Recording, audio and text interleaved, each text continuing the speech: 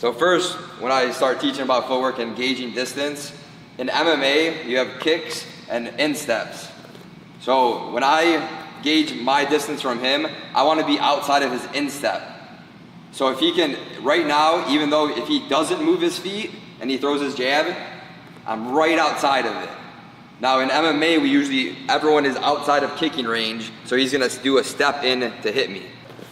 So I have to gauge my distance on that. So I have to be, one more time, I have to be outside of that. So I am keeping my distance out here, don't move. And then I gauge my instep from this far away, little by little. Coming in, trying to draw his jab out. So when I get him the jab, I can try to go out and in. One drill that I like to do with people without a body is just my instep in, I push out, and then explode in. So it's fake in, out, in. And one thing I like to point out is watch the feet. When I move backwards, my front foot pushes my back foot, and they land at the same time. Same thing when I go forward. Back foot pushes the front foot, they land at the same time. So it's check, out, in. A lot of mistakes that I see is people go check, out, and they leave this foot, and they try to go in, they drag. So everything's gotta be sharp.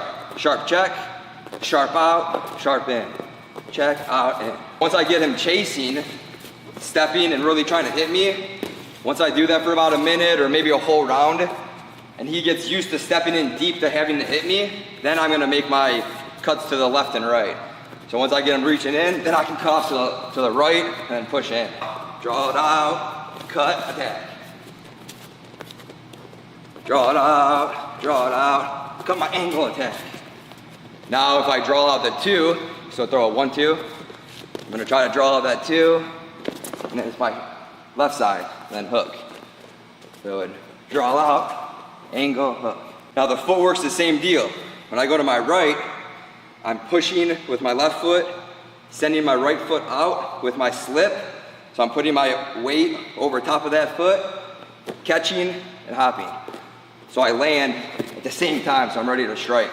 Same thing with the left side. I open up, shoulder and hip, open up together, and then this foot pushes me out, just a tad. Boom, and I'm in for my hook. Then I can switch stance and go southpaw. That footwork for a shorter fighter, I'm gonna be able to get in on his shots. So I'm gonna be able to get in on his shots and try to work the inside. It's the same type of footwork. Taller fighter, he wants to keep me out of his distance. So he needs to be patient and get me to reach. So any time that I try to slip this angle, he's gotta be on his back foot. Yep, so I slip this angle, he stays back, and then when I finally reach for something, that 2's right there. So for him, I would say do that instep and push yourself back. Yep, yeah. And then one time, sooner or later, when I really try to hit you with that jab, when I try to time you, boom.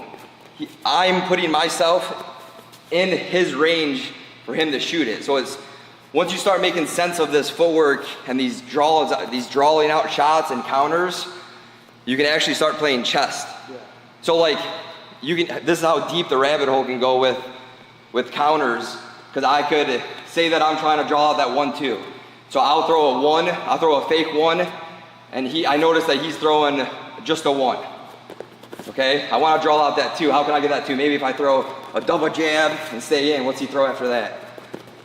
Okay, he likes to throw a 2 after I do that. So I fake my double 2, I draw out that 2 and hit him with a hook. Yeah. If he notices that I do that, what can you do? So fake that right hand. Yeah. So this, if he picks up on what I'm trying to do, I can throw the double jab, he can fake the right hand, I try to really go for the hook, and then he draws out his counter. And then you can keep going down and down and down. Yeah. And that's why you're fighting yourself more than you're fighting your opponent. Because whoever overextends and puts themselves in a bad position gets the knockout punch, gets knocked out. What? So you gotta really stay good positioning. Every time you move, you're ready to strike, you're ready to defend, whether you're in or out. Cause Mara? Why was that fight kind of boring? Yeah. because both of them stayed extremely disciplined. Nobody overextended. Nobody could get hurt because they both stayed very defensively. They both stayed in tune, stayed patient. They didn't try to force anything. Once you get impatient and you start forcing stuff, then when you start getting knocked out. Especially when you let the crowd and stuff get into you. Don't worry about all that and stay very, very disciplined in your art. Disciplined in your balance. Never overextending, always waiting for it to happen. Seeing the opportunities and capitalizing on the opportunities. Never forcing. This is a very simple one, but drawing out the jab. Drawing out the jab with my instep and then hitting that step out counter. I might have to do this 20 times to land one good shot. But that's what I mean by patience. Sometimes when I start the fight, I'm not just gonna stand here and look at it and move like Superman. I'm gonna sit here, I'm gonna see where he likes to fire from. Okay, where's his distance at? He likes to throw when I'm this close. Oh, when I'm that close, he likes to throw. I start gauging my distance on him. Okay, so right there, boom. So it takes a minute. Sometimes you gotta find that timing, find those habits that your opponent has, and capitalize where you can.